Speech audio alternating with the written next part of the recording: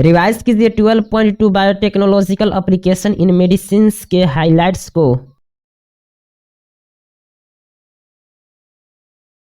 बताइए क्या recombinant therapeutics induce करता है अनवांटेड इम्यूनोलॉजिकल रिस्पॉन्स को।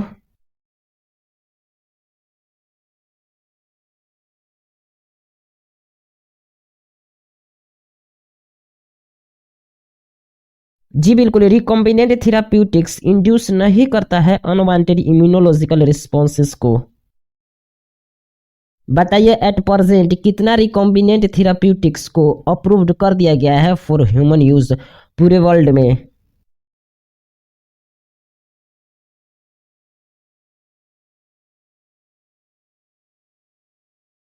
जी हाँ, पूरे वर्ल्ड में 30 रिकॉम्बिनेंट थेराप्यूटिक्स को अप्रूव्ड कर दिया गया है फॉर ह्यूमन यूज। बताइए इंडिया में कितने थेराप्यूटिक्स को मार्केटेड किया जा रहा है।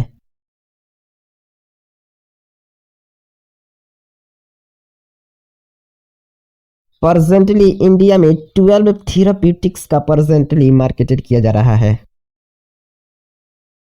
रिवाइज कीजिए 12.2.1 जेनेटिकली इंजीनियर्ड इंसुलिन के हाइलाइट्स को। बताइए अर्लियर इंसुलिन किससे एक्सट्रैक्टेड किया जाता था।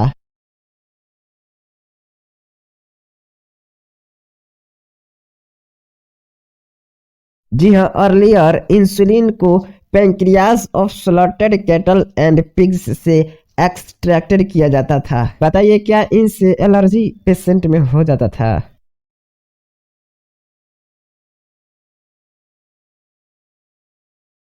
जी हाँ, इससे एलर्जी हो जाता था। बताइए इंसुलिन कितने पॉलीपेप्टाइड चेन्स से कंसिस्ट होते हैं, नाम भी बताइए इनका।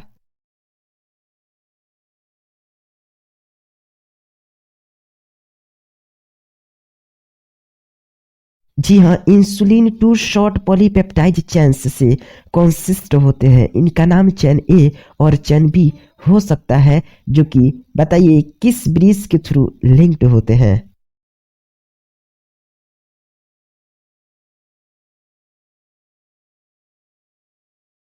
जी बिल्कुल, इंसुलिन कंसिस्ट होते हैं टू शॉर्ट पॉलीपेप्टाइड चेन्स से, चेन ए और चेन बी, जो कि लिंक्ड होते हैं बाय डाइसल्फाइड ब्रिजेस। बताइए किस में इंसुलिन सिंथेसाइज्ड होता है एज प्रो हार्मोन।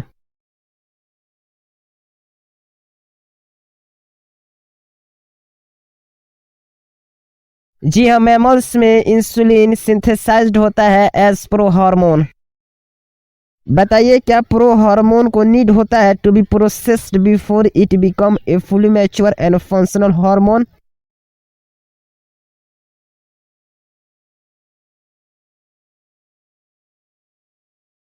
जी हाँ, प्रो हार्मोन को नीड होता है to be processed before it becomes a fully mature and functional hormone. Mammals में इंक्लूडिंग ह्यूमन इंसुलिन क्या सिंथेसाइज्ड होता है एज प्रो हार्मोन, जो कि कंटेंस करता है एन एक्स्ट्रा एस्टरेट जिसे सी पेप्टाइड कहते हैं।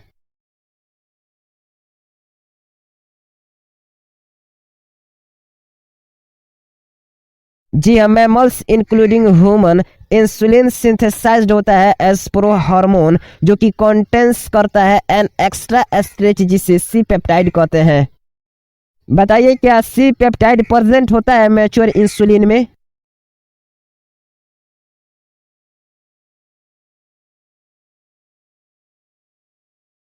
जी बिल्कुल, सी पेप्टाइड प्रेजेंट नहीं होता है इन द मैच्योर इंसुलिन, और यह रिमूव्ड हो जाता है ड्यूरिंग मैच्योरेशन इनटू इंसुलिन।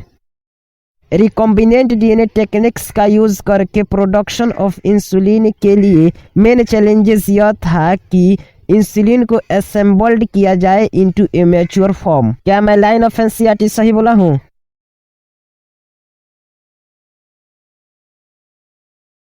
बताइए कब, कहाँ के और किस कंपनी ने प्रिपेयर्ड किया था two DNA sequence corresponding to A and B chains of human insulin and introduced them in plasmid of Escherichia coli to produce insulin chains।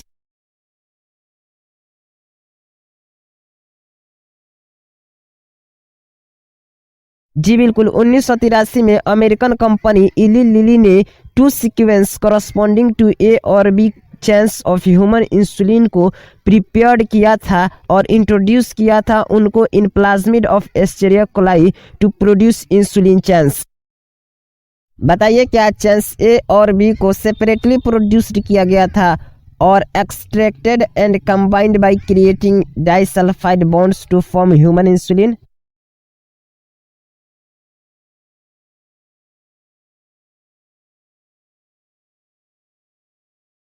जी हाँ, चेन्स ए और बी को प्रोड्यूस्ड किया गया था separately, extracted and combined by creating disulphide bonds to form human insulin. Figure 12.3 maturation of pro insulin into insulin simplified का figure अपने notebook में कम से कम 20 बार बनाइए।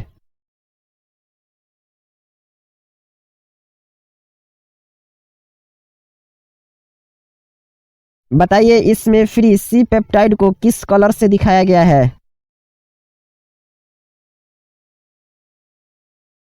जी हाँ, लाइट ब्लैक से। बताइए क्या आपको फिगर में प्रो इंसुलिन दिख रहा है?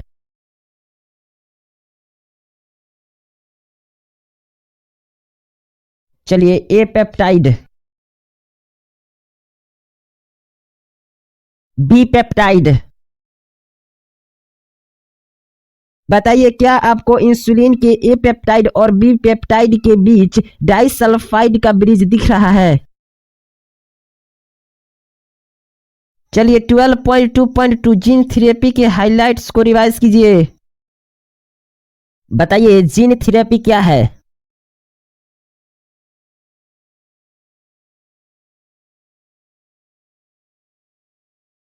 जी बिल्कुल, जीन थेरेपी एक कलेक्शन ऑफ मेथड है जो कि अलाउ करता है correction of a gene defect that has been diagnosed in a child और एम्ब्रियो।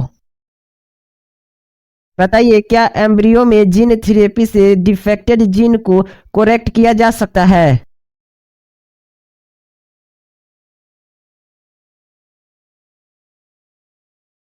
जी बिल्कुल, जीन थेरेपी से एम्ब्रियो के डिफेक्टेड जीन को करेक्ट किया जा सकता है।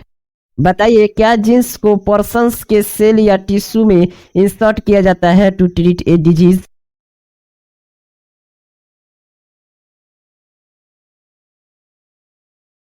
जी बिल्कुल, जीन्स को इंसर्ट किया जाता है into a person's cell and tissues to treat a disease.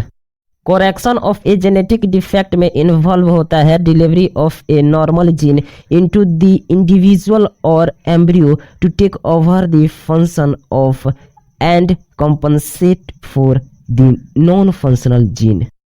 बताइए फर्स्ट क्लिनिकल जीन थेरेपी को कब और किसको दिया गया था?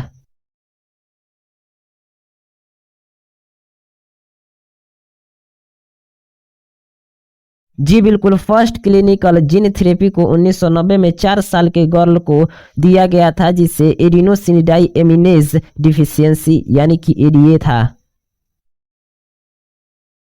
बताइए एंजाइम एडीए किसके लिए क्रूशियल है?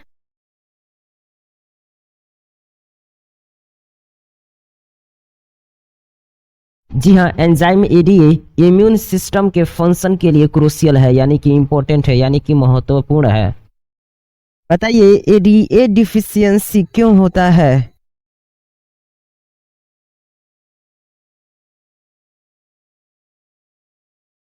जी बिल्कुल, यह डिफिशियंसी कॉज्ड होता है due to deletion of the gene for adenosine deaminase. उन मेथड्स का नाम बताइए जिनके द्वारा कुछ चिल्ड्रंस में एडीए डिफिशियंसी को क्योर किया जा सकता है।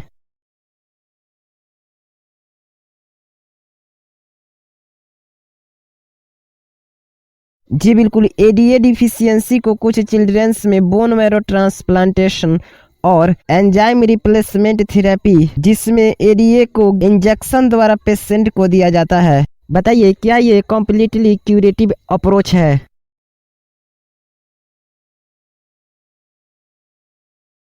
जी बिल्कुल, यह कम्प्लीटली क्यूरेटिव अप्रोच नहीं है। बताइए एडीए डिफिशियंसी को क्योर करने के लिए जीन थेरेपी में किस सेल को बॉडी से आउटसाइड ग्रो और कल्चर किया जाता है?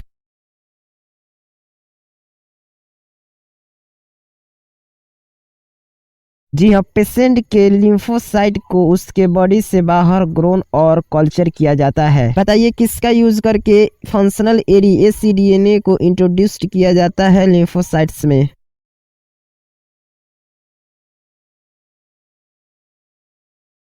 जी बिल्कुल, फंक्शनल एसीडीएनए को रेट्रोवायरल वेक्टर का यूज करके इंट्रोड्यूस किया जाता है लिम्फोसाइट्स में और फिर इसको पेशेंट में इंट्रोड्यूस किया जाता है। चूंकि यह सेल्स इमोर्टल नहीं होते हैं, इसलिए पेशेंट को ऐसे इंजीनियर्ड लिम्फोसाइट्स की इन्फ्यूजन की पीरियोडिक जरूरत पड़ती है।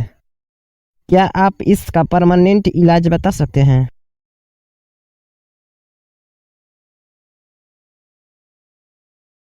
जी हाँ, if the gene isolate from marrow cells producing ADA is introduced into cells at early embryonic stage, it could be a permanent cure। चलिए 12.2.3 मॉलिक्यूलर डायग्नोसिस के हाइलाइट्स को जल्दी से रिवाइज कीजिए। अर्ली डायग्नोसिस के लिए कुछ टेक्निक्स का नाम बताइए।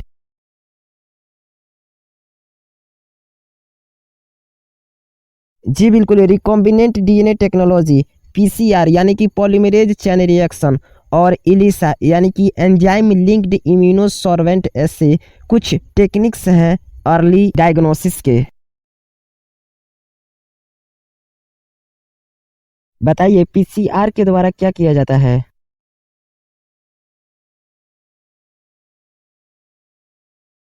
जी बिल्कुल, पीसीआर के द्वारा बहुत ही लो कंसंट्रेशन के बैक्टीरिया और वायरसेस जिसका अभी डिजीज सिम्टम्स देखने को भी नहीं मिला है, उसको डिटेक्ट किया जा सकता है by amplification of their nucleic acid by PCR.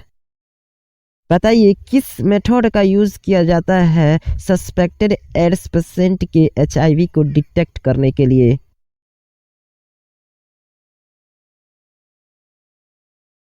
जी बिल्कुल, पीसीआर का यूज्ड होता है to detect HIV in suspected AIDS patient. बताइए क्या पीसीआर का यूज्ड होता है to detect mutations in gene in suspected cancer patient?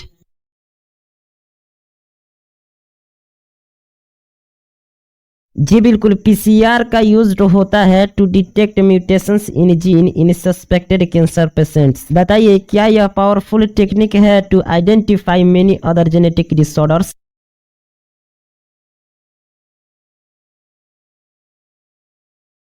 जी बिल्कुल, यह एक पावरफुल टेक्निक है to identify many other genetic disorders.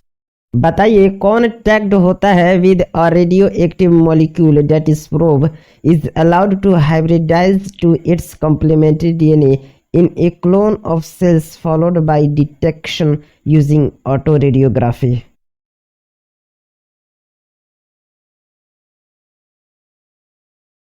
जी बिल्कुल, ए सिंगल स्ट्रैंडेड डीएनए और RNA tagged with a radio active molecule that is probe is allowed to hybridize to its complementary DNA in a clone of cells followed by detection using autoradiography।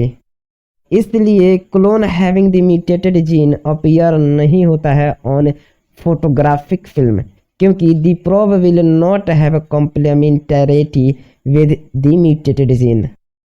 बताइए इलिसा किस interaction पर based होता है?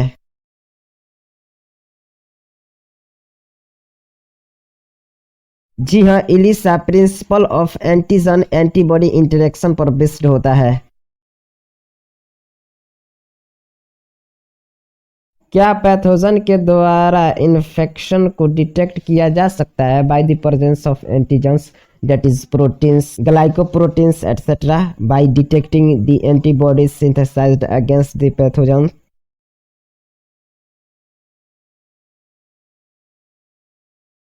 जी बिल्कुल, pathogen के द्वारा infection को डिटेक्ट किया जा सकता है by presence of antigens that is proteins glycoproteins etcetera या फिर by detecting the antibodies synthesised against the pathogen. चलिए रिवाइज कीजिए 12.3 ट्रांसजेनिक एनिमल्स के हाइलाइट्स को।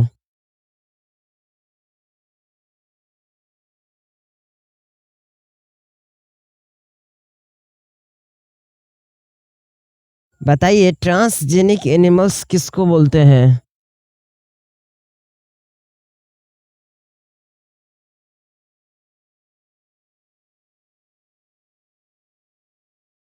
जी बिल्कुल, उन एनिमल्स को ट्रांसजेनिक एनिमल्स कहते हैं जिनके डीएनए को मैनिपुलेटेड किया गया है to possess and express an extra या फिर फॉरेन जीन। नाम बताइए कुछ ट्रांसजेनिक एनिमल्स का, और यह भी बताइए इन ट्रांसजेनिक एनिमल्स में से कौन ट्रांसजेनिक एनिमल 95% कवर करता है ट्रांसजेनिक एनिमल्स का।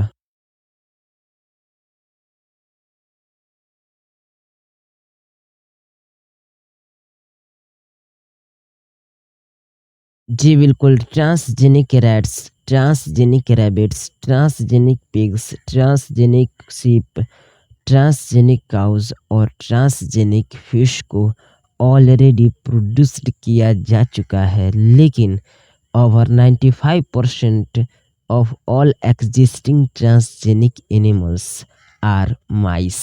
यानी कि ट्रांसजेनिक एनिमल्स में से 95% रैट्स यानी कि चूहा यानी कि माइस हैं। ऐसे मॉडिफिकेशन से बताइए मैंस को क्या बेनिफिट होता है, और यह भी बताइए क्यों ये एनिमल्स को प्रोड्यूस्ड किया जाता है।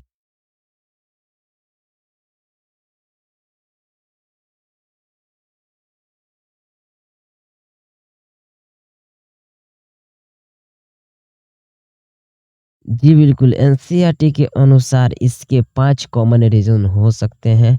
First, normal physiology and development को स्टडी करने के लिए, बायोलॉजिकल प्रोडक्ट्स के लिए, डिजीज़ के स्टडी के लिए, वेक्टर सेफ्टी के लिए, केमिकल सेफ्टी टेस्टिंग के लिए।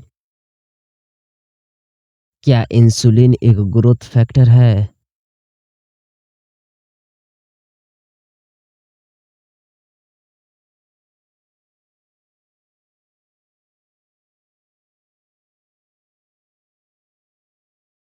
जी बिल्कुल, इंसुलिन एक ग्रोथ फैक्टर है।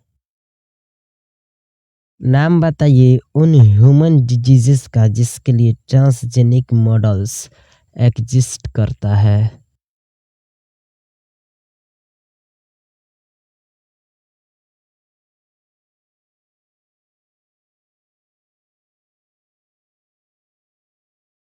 जी बिल्कुल, आजकल ट्रांसजेनिक मॉडल्स एग्जिस्ट करता है फॉर मेनी ह्यूमन डिजीजेस जैसे कि कैंसर, सिस्टिक फाइब्रोसिस, रियूमेटोइड आर्थराइटिस और अल्जाइमर्स। नाम बताइए उस ह्यूमन प्रोटीन का जिसका यूज होता है एम्फाइसीमा के ट्रीटमेंट में।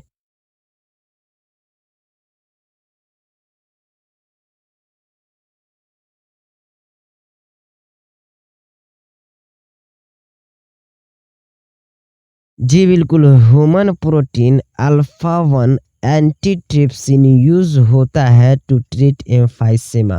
जी हाँ, एम्फाइसीमा के ट्रीटमेंट के लिए human protein alpha one antitrypsin use होता है। पीकेयू का क्या मतलब होता है?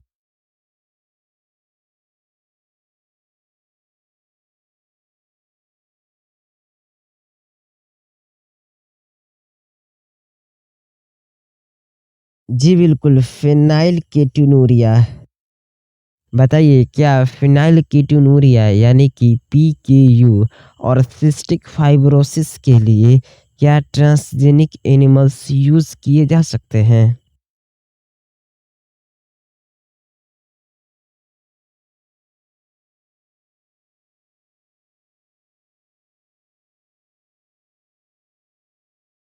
जी बिल्कुल किए जा सकते हैं। नाम बताइए फर्स्ट ट्रांसजेनिक काऊ की, और साथ में यह भी बताइए यह कब प्रोड्यूस्ड की गई थी।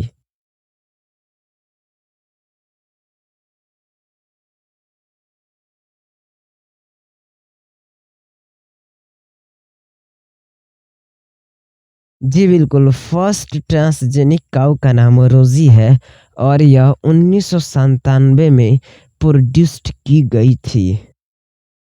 बताइए रोजी काऊ का मिल्क कितना ग्राम पर लीटर ह्यूमन प्रोटीन इन रिस्ट मिल्क है।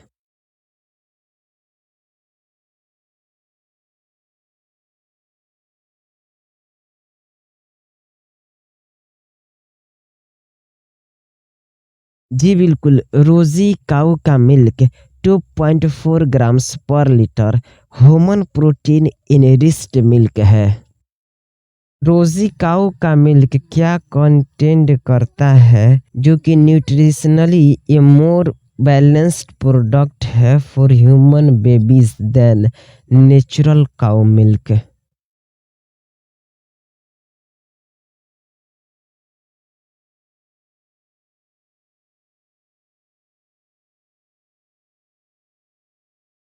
जी बिल्कुल, रोजी काऊ का मिल्क कंटेन करता है ह्यूमन अल्फा लैक्ट एल्बुमिन जो कि nutritionally a more balanced product है for human babies than natural cow milk. बताइए क्या वैक्सीन का ह्यूमन पर यूज करने से पहले वैक्सीन की सेफ्टी की जांच के लिए ट्रांसजेनिक माइस को डेवलप किया गया है।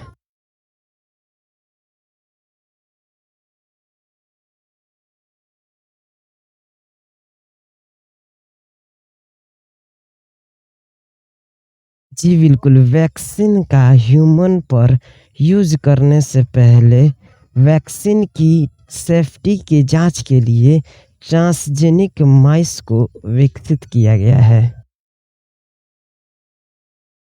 बताइए क्या पोलियो वैक्सीन की सेफ्टी जांच के लिए ट्रांसजेनिक माइस का यूज किया जा चुका है।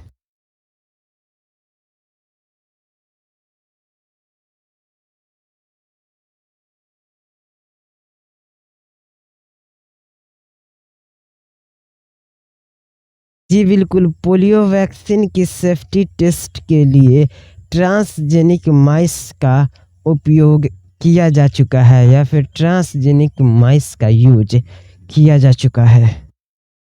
अगर माइस पर वैक्सीन का टेस्ट रिलायबल पाया गया तो इसका यूज़ मंकी पर टेस्ट करने के लिए किया जाता है। अगर यहाँ पर भी सेफ्टली सक्सेसफुल हुआ तो इसका यूज़ अब चिंपैंजी पर टेस्ट करने के लिए किया जाता है। उसके बाद में लास्ट ह्यूमन पर टेस्ट किया जाता है। जिन एनिमल्स का यूज टॉक्सिसिटी के जांच के लिए किया जाता है वो एनिमल्स नॉर्मल एनिमल्स से ज़्यादा सेंसिटिव होते हैं टॉक्सिसिटी के लिए, और ये टॉक्सिसिटी सेंसिटिव एनिमल्स का यूज किया जाता है टॉक्सिक सब्सटेंस के इफ़ेक्ट को स्टडी करने के लिए। चलिए अब 12.4 इथिकल इशू के हाइलाइट्स को रिवाइज कीजिए।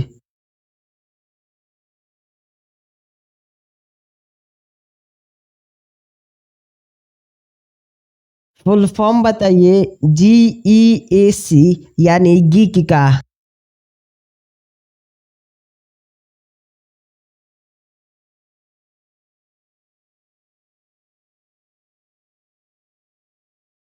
जी बिल्कुल, जेनेटिक इंजीनियरिंग अप्रूवल कमेटी।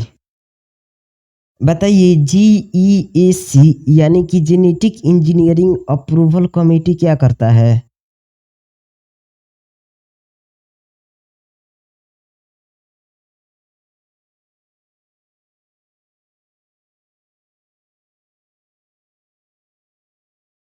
जी बिल्कुल, पब्लिक सर्विसेज के लिए इंट्रोड्यूसिंग जीएम ऑर्गेनिजम्स की सेफ्टी और जीएम रिसर्च की वैलिडिटी के रिगार्डिंग डिसीजन लेता है GEAC यानी कि गीक।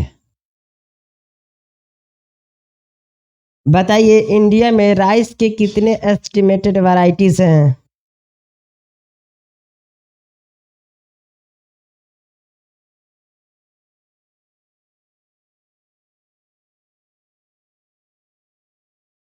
जी बिल्कुल, इंडिया में 2 लाख राइस के एस्टिमेटेड वैरायटीज हैं, इसलिए the diversity of rice in India is one of the richest in the world.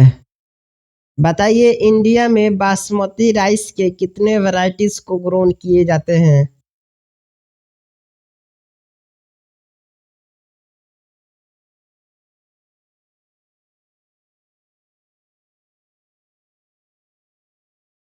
जी बिल्कुल, इंडिया में 27 वैरायटीज ऑफ बासमती को ग्रोन किया जाता है।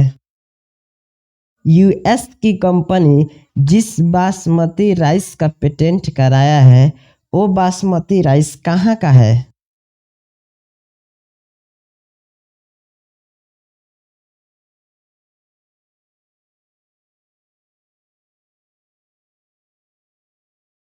जी बिल्कुल, वो न्यू वैरायटी बासमती का ड्राइव किया गया है इंडियन फार्मर्स के वैरायटी से। इंडियन बासमती को क्रॉस्ड किया गया था सेमी ड्वार्फ वैरायटीज से और क्लेम्ड किया गया था एज एन इन्वेंशन और ए नोवेल्टी।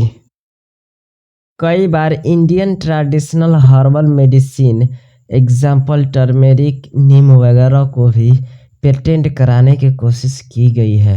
ऐसे में यदि हम जागरूक नहीं रहें तो जरा सोच के देखिए क्या होगा। बताइए टर्म बायोपायरेसी का यूज क्या रेफर करता है।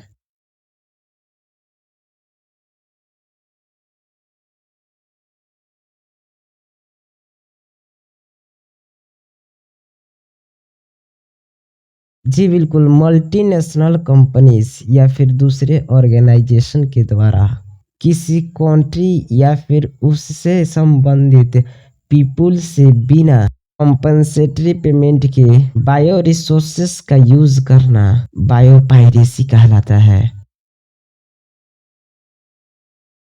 चलिए फिर से, मल्टीनेशनल कंपनी या फिर दूसरे ऑर्गेनाइजेशन के द्वारा किसी कंट्री या उससे संबंधित पीपुल से बिना कॉम्पनसेटरी पेमेंट किए बायो रिसोर्सेस का यूज करना ही बायोपायरेसी कहलाता है। The Indian Parliament has recently cleared the second amendment of the Indian Patent Bill that takes such issues into consideration, including patent terms, emergency provision, and research and development initiative. Revise कीजिए chapter के summary को।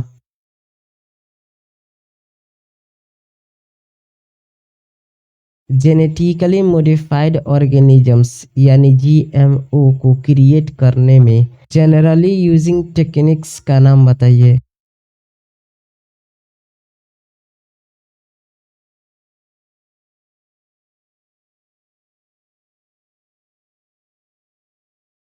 जी बिल्कुल, recombinant DNA technology उस therapy को क्या कहते हैं जिसमें जीन्स का इंसर्शन किया जाता है इंडिविजुअल्स के सेल्स में या फिर टिश्यू में to treat diseases specially hereditary diseases.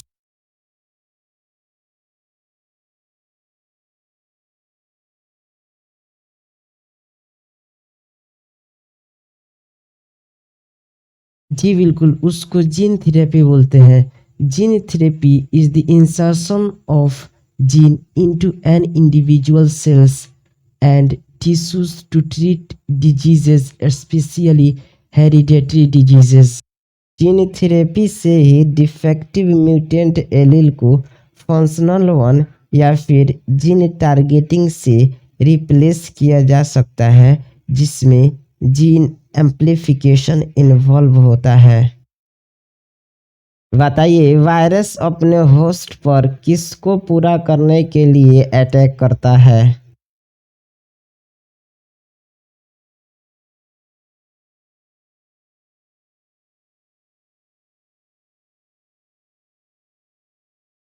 जी बिल्कुल, वायरस अपने होस्ट पर अटैक करता है और इंट्रोड्यूस करता है their genetic material into the host cell as part of their replication cycle are used as vector to transfer healthy genes और more recently portion of jeans.